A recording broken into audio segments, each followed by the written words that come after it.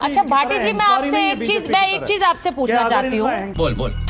अगर समाजवादी पार्टी कानून व्यवस्था के नाम पर गोलियां चलवा सकती है, तो क्या यहाँ पर बीजेपी की सरकार कानून व्यवस्था के नाम पर एक संत का काफिला नहीं रुकवा सकती? मेरे ख्याल से तो ये आपको पूछने की जरूरत नहीं थी। एक पत्रकार को इतनी समझ तो होनी चाहिए कि सुप्रीम कोर्ट का आदेश था और जो वहां घटना की जा रही ये बात अब मेरी समझ पर आ गई। कानूनी थी, असंवैधानिक थी। ये बात अब मेरी समझ पर आ गई। सवाल चुभता है तो आपको एंकर की समझ पे सवाल उठाने लगते हैं। जवाब नहीं देने देंगे। मैंने तो बड़ा सीधा सवाल पूछा भाटी जी। चुभा नहीं है, मैं तो बहुत आराम से आपके सवाल का जवाब।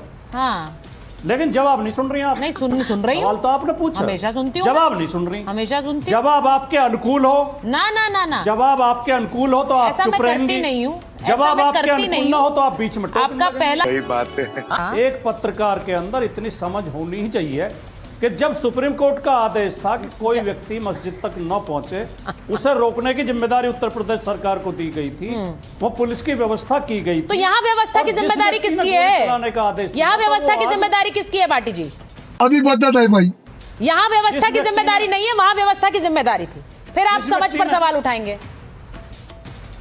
जिस व्यक्ति ने गोली चलाने का आदेश दिया था वो आज राम मंदिर निर्माण समिति का अध्यक्ष है। सर मैं ये तो पूछ ही नहीं रही ना आपसे। ये तो मैं पूछ ही नहीं रही आपसे। मैं आपसे ये पूछ रही हूँ कि वहाँ व्यवस्था थी, यहाँ व्यवस्था नहीं है। वहाँ सरकार की जिम्मेदारी थी, यहाँ सरकार की जिम्मेदारी नहीं है। ये मामला राजनीतिक है कि नहीं है आपके लिए? ये साधु संतों का मामला है या राजनीतिक है?